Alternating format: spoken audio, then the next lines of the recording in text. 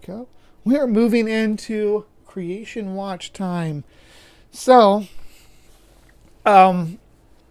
Creation Watch is going to be a topic that's near and dear to my heart today because I love the Ice Age and all the Ice Age. When I say that, I mean the Pleistocene Ice Age. That's one of my favorite geological time periods, and I love all the megafauna of the Pleistocene because they're like our life, but different, just a little different. You know, like I was just talking about with the canids and stuff. You all know I'm a big nerd and like that stuff, so I don't know why I'm explaining it to you. But today on Creation Watch, we are going to be watching how many ice ages were there, and this is being put out by ICR.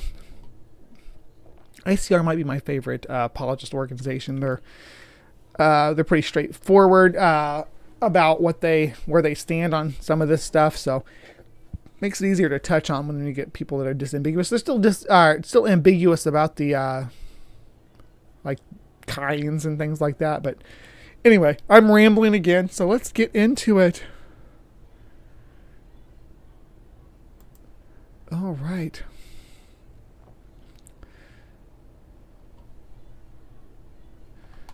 We are going to...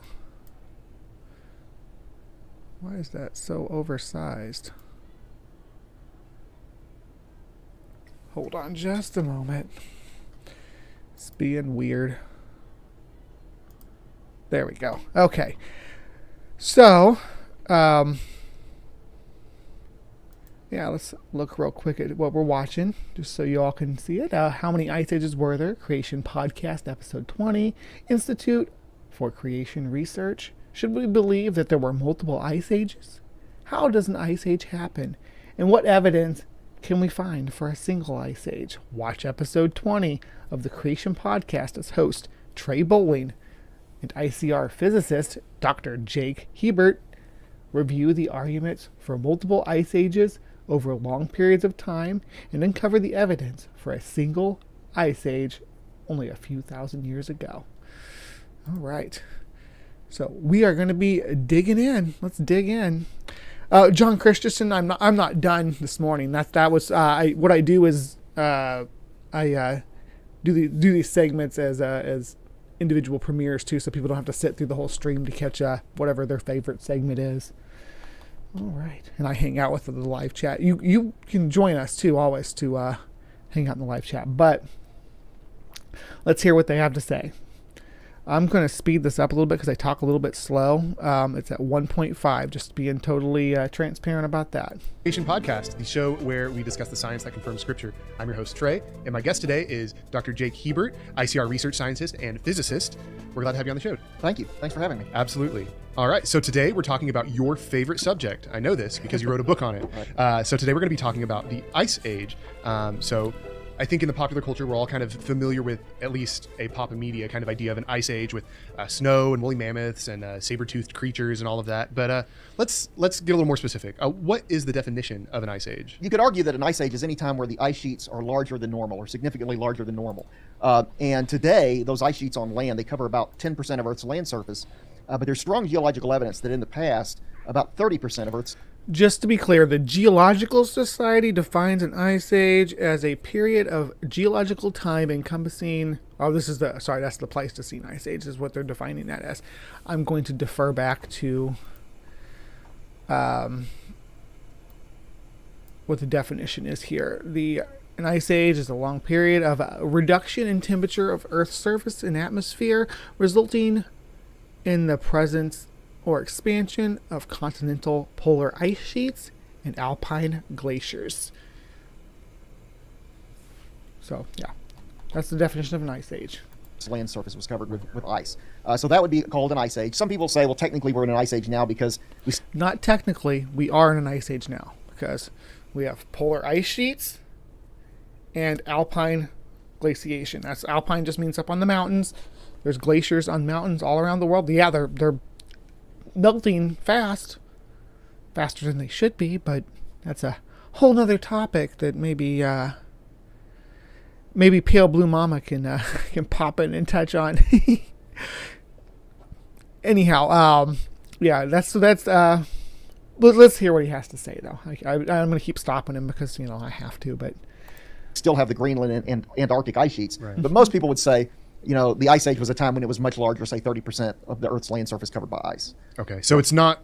we either... Where did your 30% come from on that, though? I've not heard that number referenced in any of my sources.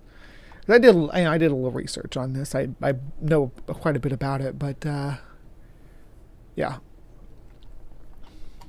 No, Maya, what they're trying to do here is present a case that there was only one ice age that was caused by the flood. We'll get to that. I get into it. I just get excited to stop and teach science because I'm a nerd. There's even movies about it. It's not some time where the entire Earth was just like a giant ball of ice. Well, it depends on who you ask. The evolutionists some of them claim that yes, they claim that there were ice ages in the deep, distant past where basically the whole Earth was frozen, what they call snowball Earth. He's talking about the Cryogenian. That was a period in the distant past. It's before life had gotten too advanced. We're talking Proterozoic, so we had this mostly single-celled organisms were around at the time. Now they don't think that the Earth froze completely, or there's not any evidence that every inch of the Earth was covered with ice, but we did have glaciation all the way down to the equatorial areas. And we have evidence of this, and he's going to talk about that here in a second, but he's going to kind of be dismissive about it. We'll see what we think. I think the evidence for that is pretty weak. There's a better explanation for it. The arguments they use for that aren't really that strong. But we do think there was an ice age. But yes, in the ice age that we're talking about, it's not like the entire planet is covered with ice. It's, the ice sheets don't come down to the middle latitudes or down to the Middle East. And we think the Middle East was for the most part ice-free, although there may have been snow there during the ice age. But the ice sheets didn't come all the way down and cover the entire Earth like some people would say. Okay, that makes sense. Sense. So you did... I can only defer to the Crew ice sheets, which did move up into the equatorial area. Now, the northern hemisphere was much colder, and the ice sheets did come down into the. And when you're talking about the Proterozoic, the continents weren't in the same place, so it's you can't say, oh, the Middle East didn't get ice during the Proterozoic, during the Cryogenian, because the continents were mushed at the time. I think there were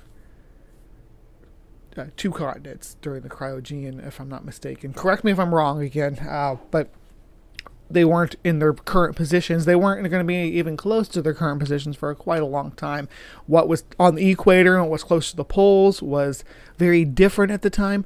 Good morning, Scott Duke, and Native Atheist. And what was I saying? What land masses were close to the poles and what land masses were close to the equator, where the seaways were opened up between them. All these come into effect when you're talking about how a continent freezes over, how an ocean freezes over on Earth. Another factor comes into play is the position and speed of Earth's orbit and rotation during the Proterozoic was different than it is now. So, yeah, a lot of factors are going to come to play. Killed by Bigfoot. Good to see you. You thought the polar bears were drowning. Well, polar bears are semi-aquatic, or semi-marine, I guess would be a better way to describe them, because they can survive in a marine environment. They do need ice to haul out on. What's happening with the polar bears is actually that they're being, with the sea ice receding, they're kind of being forced inland, more so than drowning. I'm sure that some of them do drown, but more common is the issue that they're being forced inland, where they are forced, again, they're not their natural feeding ground and not eating what their natural food is. They're going into dumps and into cities. They're competing with brown bear populations, and they're breeding with brown bear populations. It's a problem, and it's a result of observable result of climate change. We even have they're starting to hybridize with the brown bear population. So that's more the issue when it comes to the polar bears. But yeah, we are in an ice age. We are experiencing what they call anthropogenic climate change, which is causing it to be the climate to be different than what would be expected during our current position in our solar cycle. Right. Mention in passing there that we do believe that there is an ice age. Yes. So let's talk about that a little bit. We believe that there is just one ice age, correct? Yeah, there's really just strong geological evidence for one ice age. The reason that secular scientists claim that there were ice ages in the distant past is because there are places where you see scratches on bedrock.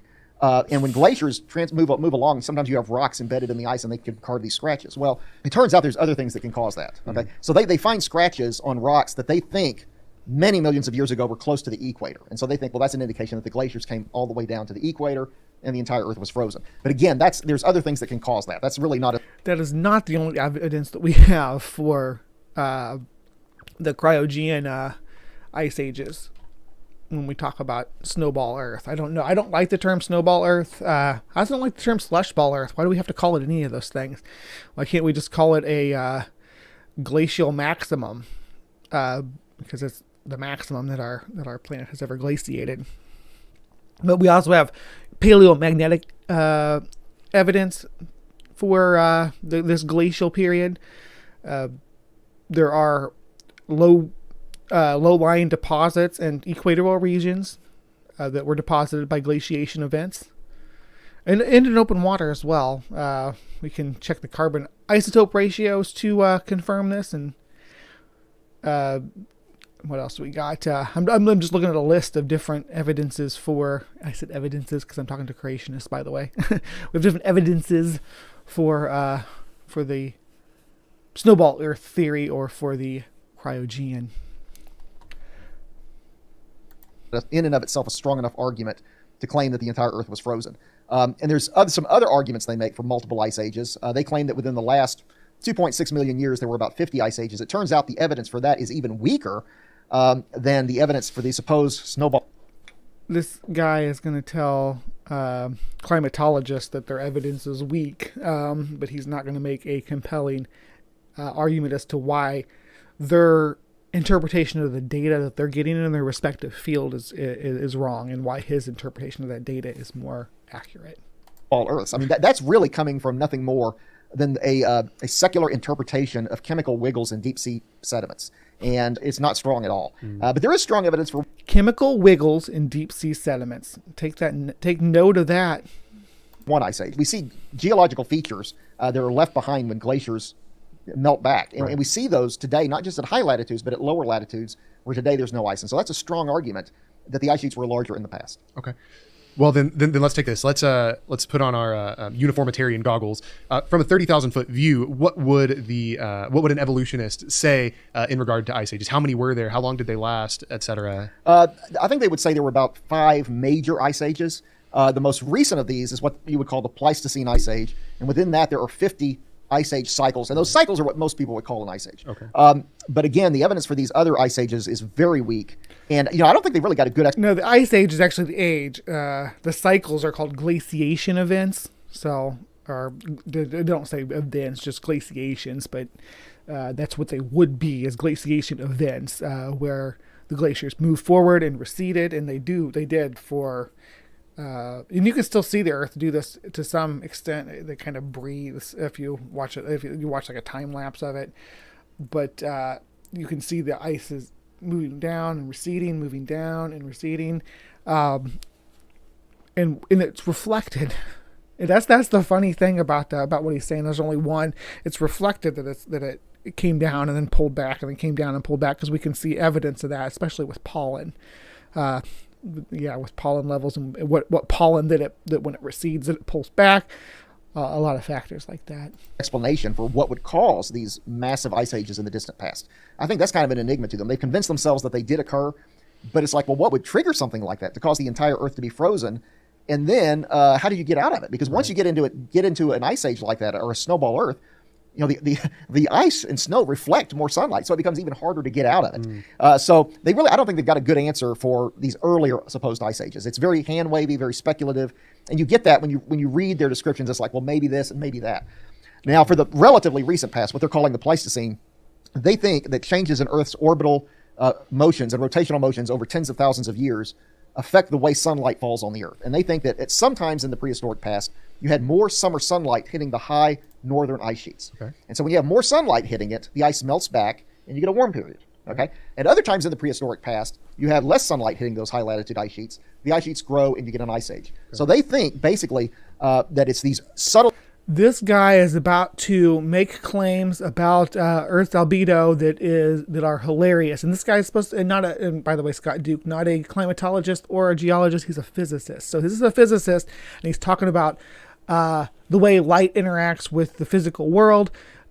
So he's about to make some claims that are completely ridiculous when it comes to that topic.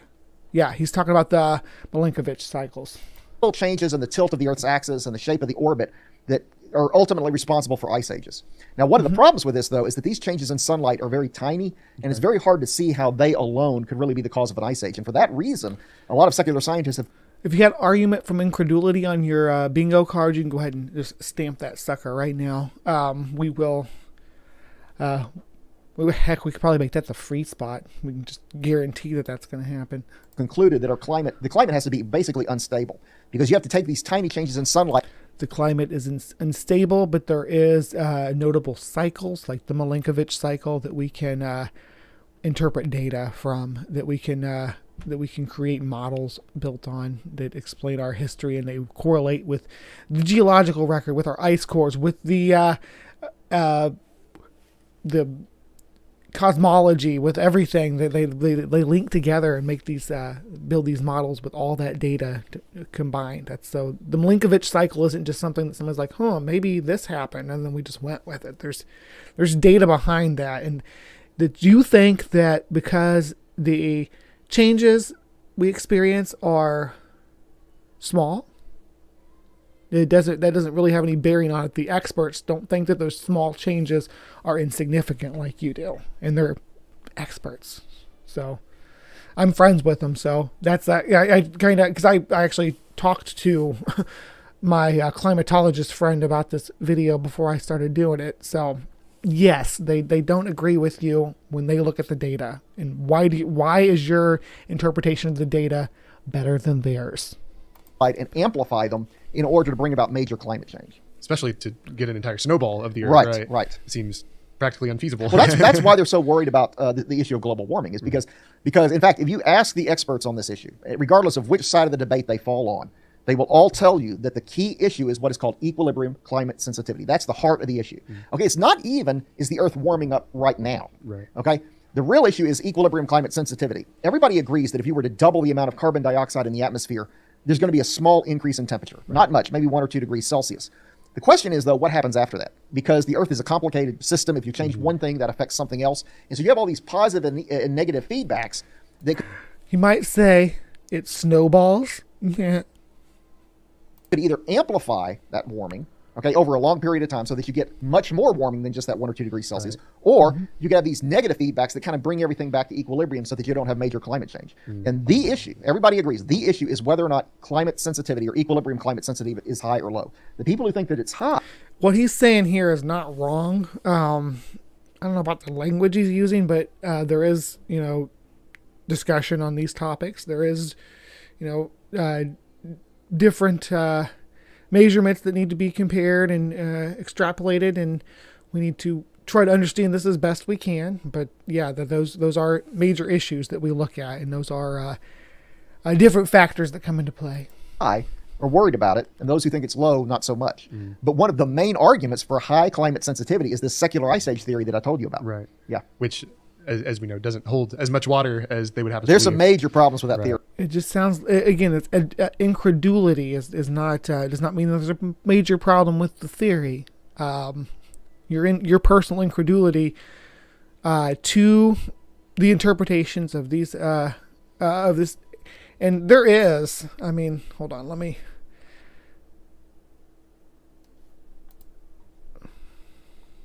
me pull this up here. Just a moment, because I want to show you that there is. This is what he's dismissing. This is what's being dismissed. This is the the data on the Milankovitch cycles. Most significantly is this stuff down here, the benthic forums in the Vostok ice core, that we can really see these glaciation events spiking and dropping. And the Vostok ice core, it's been down there for a long time. It's billions of years old. So we get a pretty good record from these different ice cores and this benthic forum. Anyway, back to our what'd you call him, Maya? Our George Costanza character. That's what he's dismissing, though. That's the data that he's saying doesn't hold as much water. and some of which I was able to point out about 5 years ago. Awesome. Well, okay. So it sounds like there's not really a whole lot of evidence for the multiple ice ages, and the evidence that there is there, or the theories that there are there, is kind of flimsy. We could say it's on thin ice. Right. Yeah. We won't, because we don't make puns on this podcast. So, but it does sound like maybe one ice age fits into the creationist model quite nicely. Can you talk a little bit more about that? Sure.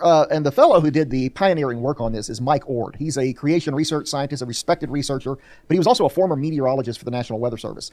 And he figured, basically what you need for an ice age is you've got to keep snow and ice from melting for many consecutive years. Right. Okay, that's it. If you wanted the most basic requirement in a nutshell, that's it. Now, the problem is you need two things to make that happen. Okay, you need heavy snowfall. Okay. And you also need colder or cooler summers. Now, the cooler summers is kind of self-explanatory, right? If the summers are cooler, that will keep the winter snow and ice from melting. And so that would mean the following winter, if you get more snow and ice, and most of that snow and ice doesn't melt. Yeah, he's. I believe we're about to go down his rabbit hole here, so brace yourself. There's going to be claims just bursting out of him left and right that are unsourced, and yeah. The following summer, the next winter you get more, and so eventually you get these thick ice sheets. Right. Okay, so you need cooler summers to make that happen, but you also need heavy snowfall, because even if you have colder summers, if the snowfall is light, it can still be melted by sunlight. Okay. So you need heavy snowfall. Well, the question is, how do you make that happen? Now, the problem for the secular scientists is that those two conditions seem to almost be mutually contradictory. Especially in the same year, right? Yes. Yeah. Okay. Because on the one hand, you might think you would need a colder winter to get an ice age. Right. It turns out that's not correct. So he is talking about cycles here, and he's saying the word cycles, but he doesn't seem to understand the implications of what he's saying, because we're talking about cycles where when something's a cycle, that means that there's changes happening. So cooler summers, drier, heavy snowfall in the winter. On a cycle like that is that's a cycle. It's these changes that's going from this to that to this to that. That's how we get glaciation and stuff. So I'm not sure why he's saying that those conditions don't happen, or that it's contradictory, because it needs both those conditions. It happens in a cycle. They don't happen necessarily in tandem. It cycles through those stages. Okay. Because the colder the air, the less moisture in the air, and that means the less snowfall. Right. Okay. So you want warm or mild winters, not cold winters, but you do want cold summers.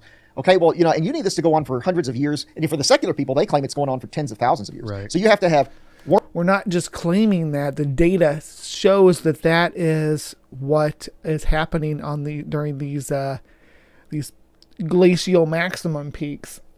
That's what the data shows. That's just someone reading that off to you. Is they're not making any kind of claim. They're just saying the data shows that we have these glaciation events in the recent history. Warmer, mild winters, cold summers, warmer, mild winters, cold summers. And that has to keep going for tens of thousands of years. Right. Okay, that's not really realistic. Right. Okay, but something like the Genesis flood could provide those conditions. And this is something that Mike Ward pointed out. We think there was an enormous...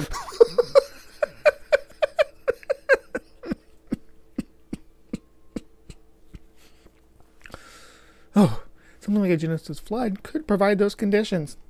amount of volcanic and tectonic activity during the flood. We think there was rapid seafloor spreading, right. And that you had this molten rock coming into contact with the ocean, and it's going to warm up the ocean significantly. Right. So what that's going to do is, just imagine here that it raises the temperature of the ocean, say 10 or 20 degrees Celsius. Well, what that's... Has anybody talked to Dr. Hebert about the heat problem? I think it's going to be a little bit more than a 20 degrees Celsius.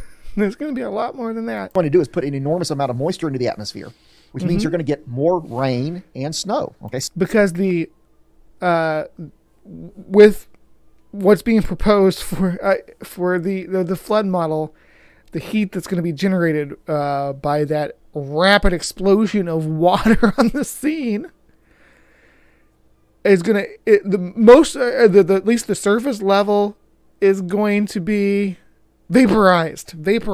So yeah, it's going to be full. The atmosphere is going to be scalding steam, the entire atmosphere. So we're having all organisms like steam roasted in the environment. Snow at high latitudes and on mountaintops. So there you've got a mechanism for the heavy snowfall. Right. Now, what about keeping the snow and ice from melting? Well, we know that when you have big explosive volcanic eruptions, the kind that put a lot of sulfur into the atmosphere, right, you get these little droplets that we call aerosols, basically sulfuric acid droplets that end up in the stratosphere, and they reflect sunlight. Okay. And we know, based on observations of recent big explosive volcanic eruptions like Mount Pinatubo in 1991, that the summer temperatures drop after those kinds of eruptions. Now, interestingly, they don't change the winter temperatures. That's we had the year without a summer caused by volcanism. So yeah, that does happen when volcanoes erupt. Let's see where he's going. They cause the summers to get cooler.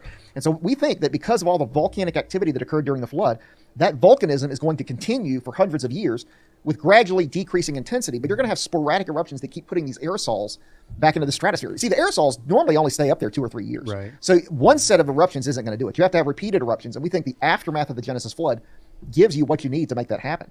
All that catastrophic activity. Yes, exactly. And what's interesting about this, it's a fairly simple mechanism. Okay, both creation scientists and secular scientists agree that volcanic cooling is real. Mm-hmm. They also agree that if you could somehow warm up the oceans a lot, you're going to get a lot more evaporation. Right. But for the secular scientists, how do you get the energy to warm up the ocean? You're not just warming up the ocean, you're flash boiling the ocean. It's 10 or 20 degrees Celsius. I mean, that's an outrageous amount of energy. Mm-hmm. Okay, if you're holding to a uniformitarian point of view, you can't even really consider something like that. Right. And the other thing is, both creation and secular scientists agree that there's been an enormous amount of volcanic activity in Earth history. I mean, a frightening amount. Volcanic eruptions that dwarf anything we see today. Right. So why can't secular scientists... Because of plate tectonics is why we have a lot of volcanism. It doesn't work in your model, though. ...make better use of volcanic cooling to explain an ice age? Well, it's because of their belief in millions of years. They insist that those eruptions were separated by millions of years. And if they're separated by millions of years, the cooling effect is so diluted, it doesn't really do anything. Yeah, okay. But if you had a bunch of eruptions occurring together, say in a few hundred years, you've got a potent cooling mechanism for an ice age. Sounds terrifying, honestly. Yeah. Would not want to be there during that time. Yeah. Wow, that's awesome.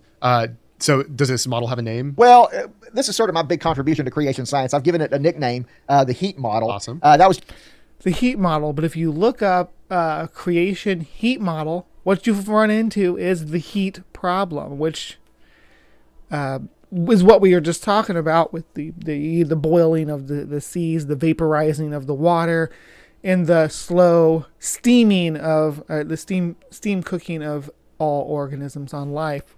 It's going to look like it just came out of a wok.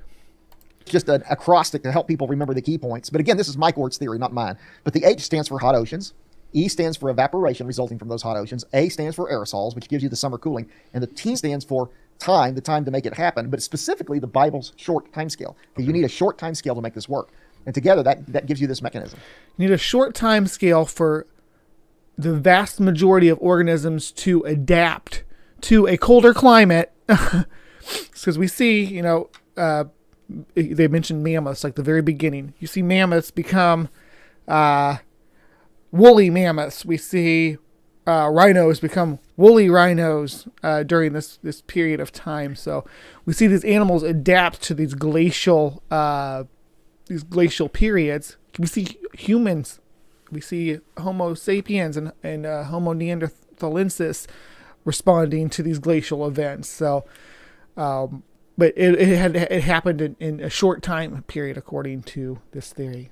Awesome. And it fits so neatly into a cool word that has to do with the subject at hand. Yes. Right. So good work on that. Thank you. So we see the flood as a mechanism, of course, for this ice age. So now that leads us to today. Mm-hmm. What were some of the repercussions how long did it last? What kind of was going on during that time frame when the major ice age itself? Of course, we could still say we're in an ice age now, but when that particular time frame was ending, what was happening? Well, our best estimate is that it probably lasted about 700 years. And Mike Ord used some heat balance equations to come to that conclusion. But we think it took about... In 700 years, all these organisms adapted to to a glacial event, and then just that little 700-year period. That's where all of our Ice Age organisms come from. Who knew? About 500 years for the ice sheets to reach their maximum size, and another 200 years to melt back to where they are today. Okay. So it was a relatively short event, and in the creation Ice Age model, the Ice Age isn't all that bad. Right. It's not as cold. Here's the great irony about this is that Siberia during the Ice Age was warmer than it is today. Okay, which helps explain why the woolly mammoths were able to live in Siberia. That's one of the great mysteries of Earth history. Is how could you have millions of woolly mammoths? Because it's the location of the polar vortex over the Siberian tundra at that time is the reason that woolly mammoths were able to survive there. It pulled in warm, moist air from I believe it was from the Mediterranean at the time. Pulled it right up there across between there's like a air channel or whatever between the Alps and the Himalayas that was opened up because I don't remember which seaway it was, but there was a seaway that was free of ice at the time in the southern hemisphere that caused it. There's a really weird theory about it. I'll see if I can't find it and put it in the description or something. Anyway, we'll go on.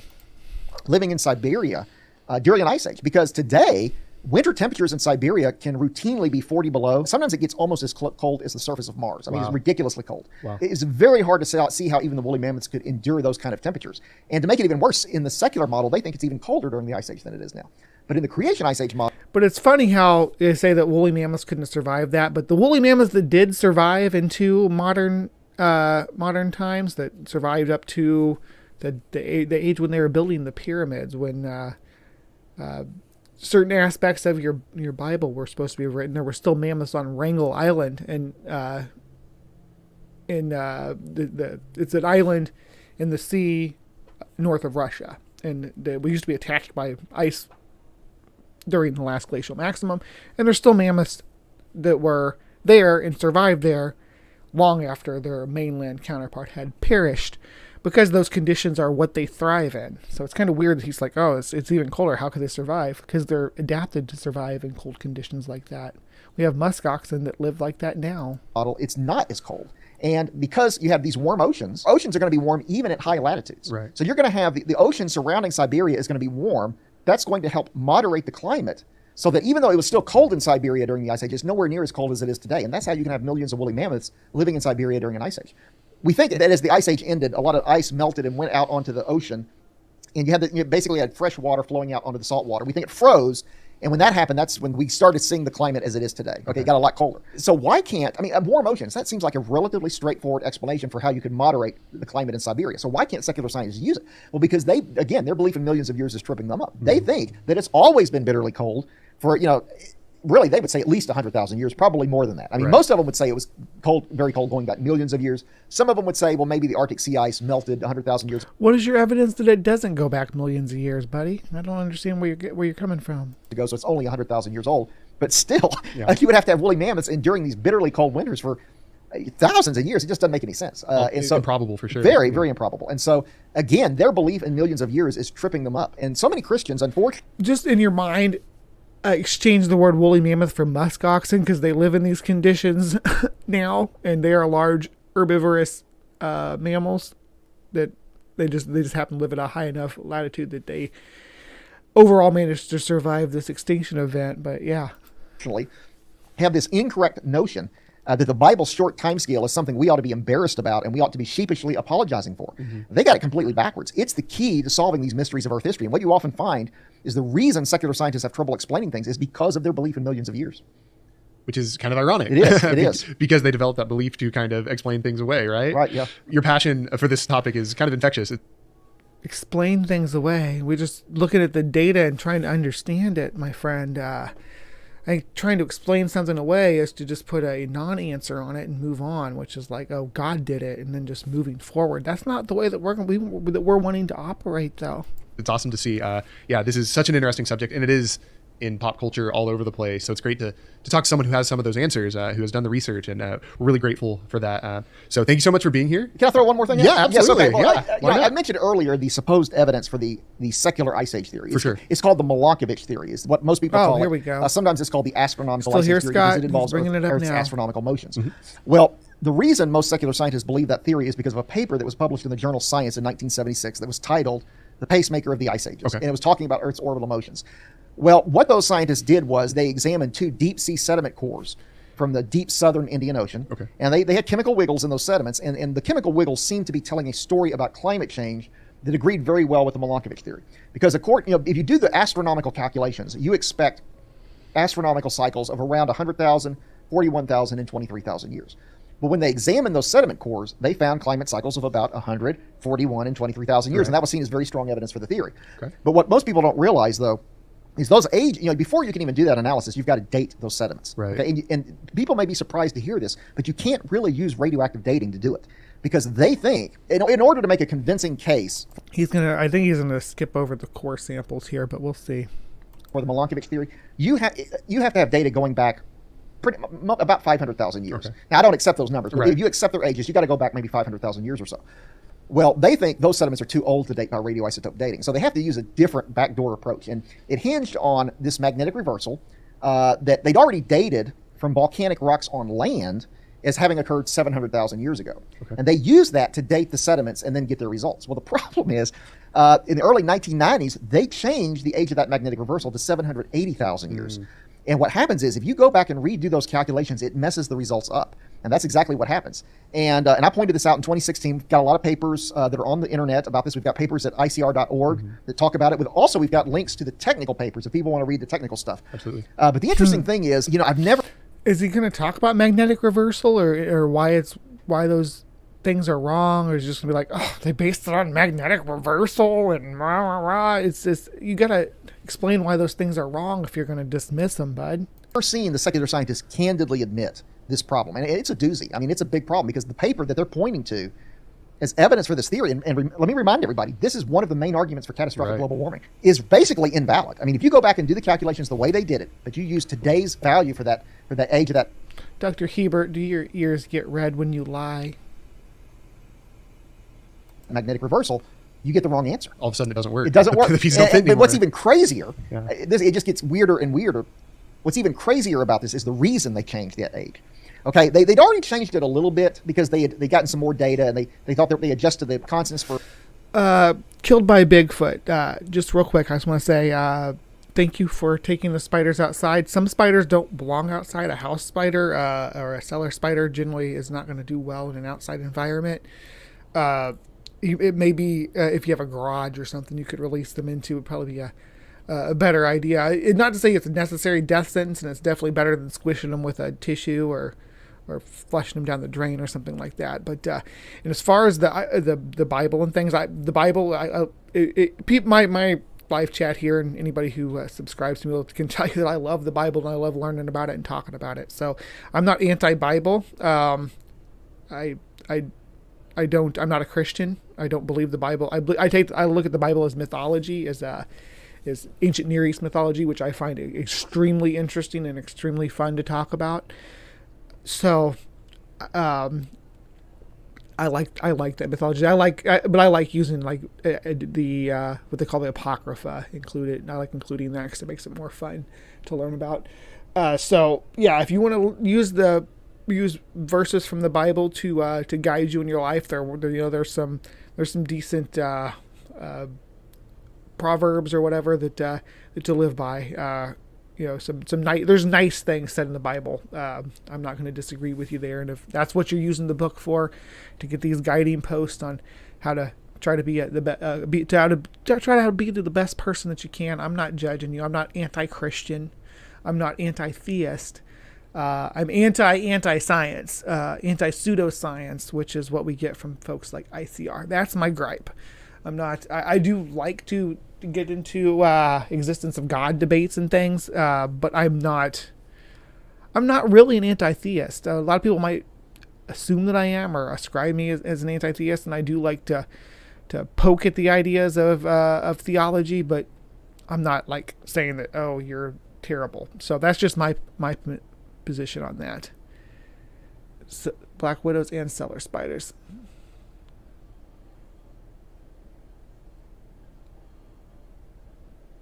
Yeah, exactly. That's what Maya's saying about the Bible. There's things in there that, I mean, if you take the Bible literally, if you're a biblical literalist, like the gentleman on the screen here now, you are designated to treat certain other groups badly, whether it's how you treat women, how you treat your the neighboring tribes, how you treat for a long time how you treat people of color was kind of, the Bible was leaned on for that, to say, yeah, we're supposed to treat these people badly and they're supposed to be slaves. So things like that. But if you're just taking, Jesus said this thing that I like, and I'm going to quote that, and I'm going to try to live my life that way, like about turning the other cheek and things like that. Yeah, good. That you can build a moral system on taking those individual pieces and using them. That's my opinion on religion, on Christianity, and on the Bible. But the people who take the Bible and say that the Bible refutes the science and presenting alternative science to try to match it with the Bible, disingenuous. For potassium argon dating, so they changed it a little bit. But then in the early 1990s, they were trying to do what they call orbital tuning, that's where you use the Milankovitch theory to date chemical wiggles in other sediments. Okay. So once they convinced themselves that the theory was valid, they said, okay, well, we can use it to date other things. Right. So you had some scientists who were trying to orbitally tune chemical wiggles in other sediments, and they never came right out and said it, but you get the sense reading their papers they had trouble doing it. They have a lot of freedom when they orbitally tune, because they're able to... You get the sense reading their papers that they had trouble doing it. That's his intuition that they had trouble doing it. That's his evidence. Selectively stretch and compress different sections of that signal to kind of make it do what they want it to. Right. But, sometimes that's not how maths work, Dr. Hebert. You know that. You went to school to be a physicist. You know that's not how maths work. Stretching is too much. It's not even for them. It's probably not believable. So what a number of scientists say is they said, okay, we're just going to adjust the age of this magnetic reversal. And they said, we think the radioisotope dates are wrong. And at the time, the radioisotope dates were giving an age of 730,000 years. They said, we're going to bump it up to 780,000. Right. Now, that may not sound like a lot, but that was enough to knock the results out of alignment. But the reason they did it is they were trying to protect the Milankovitch theory. So instead of just admitting they couldn't reconcile all the data with the theory, they basically cheated. No, they didn't. You're making some hefty academical accusations here, or academic accusations here. Academical. I think I just invented a word. Academic accusations here. That's serious accusation. They overruled their own radioisotope dating methods, and I'm sure the radioisotope dating methods guys were real happy about that. Right. In fact, if you read about it, they say it was controversial at the time, and I imagine it was, because anybody who realized, they were overruling the radioisotope date, that was fishy, but also they were doing it to protect the Milankovitch theory. And the funny thing about this is they were using something that at the time they... What are you talking about, overruling the isotope dating methods? I don't understand. You're just making hollow claims that nobody. Where is this coming from? What is your source? I'm about done with this. Hopefully, this has been entertaining. Called an Ice Age Rosetta Stone. I mean, they thought this is the standard. We can use this to date stuff. And it's funny. They were all enamored with that particular sediment core when it gave them the answer they wanted. But when it no longer gave them the answer they wanted, they basically threw it out and started using other sediment cores. Toss it out in the garbage. Yeah, and it's crazy. It's not just that they don't really have strong evidence. I don't think we've ever tossed out a sediment core because it didn't match a model. For the theory. Nope.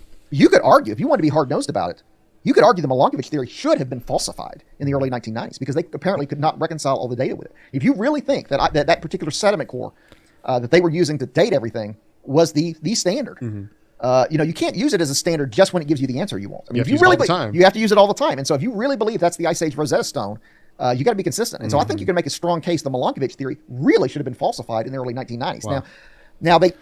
Based on your intuition that they had trouble making the data match up. That is what you've said. You've said based on that you look at their papers and you get the impression that they had trouble making those models match up. So now you're going to dismiss them, or you're going to say that falsifies the Milankovitch cycles because you looked at you as an individual physicist looked at these climatologists and their data, their interpretation of the data.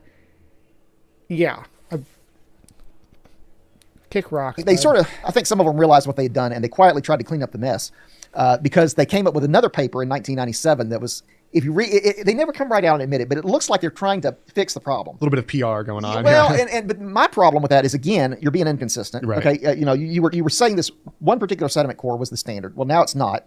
I think the results they got that sort of reset everything. I think you can make a case that they were not being truly impartial in the data they used to get that result, because they didn't use the Ice Age Rosetta Stone, the one that everybody, you would think if you're going to use any one, if there's any data you're going to use, you ought to use that one. This is the gold standard. But they didn't. And now they give a reason for that, but their reason to me really sounds like an excuse, not a reason. So there's a serious question about just how strong the evidence for this Milankovitch theory is. And if you want to be hard-nosed about it, They have a reason, but I don't like it, and I'm not going to tell you what it is. you could say there's no evidence for it at all. And yet it still kind of rules the thought. It Yeah. is the paradigm. It is the ruling paradigm. And again, this can't be said often enough. It is one of the main arguments for catastrophic global warming. There are people out there who are worried about global warming, and they will tell you, we know climate sensitivity is high because otherwise the Milankovitch theory doesn't work. But the point I'm making is you don't really have any good evidence for the Milankovitch It theory doesn't to work begin to begin with. with, yeah. So it's like, should we, and I just think it's incredible that more people don't know about this. That's awesome. Yeah. Another nail in the coffin, right? Yeah. Awesome. For all of our viewers out there, Yeah, we're not going to shill your book, buddy. So that was CreationWatch. We visited ICR and their conversation with Dr. Jake Hebert about the Ice Ages. He thinks there's only one. I tend to go with the secular scientist and think that there are multiple ice ages spanning billions of years, and that the most recent ice age did come in pulses that we can measure via data collected from the Milankovitch cycles. All right, so that was the Creation Watch for today. Thank you so much for popping in for that.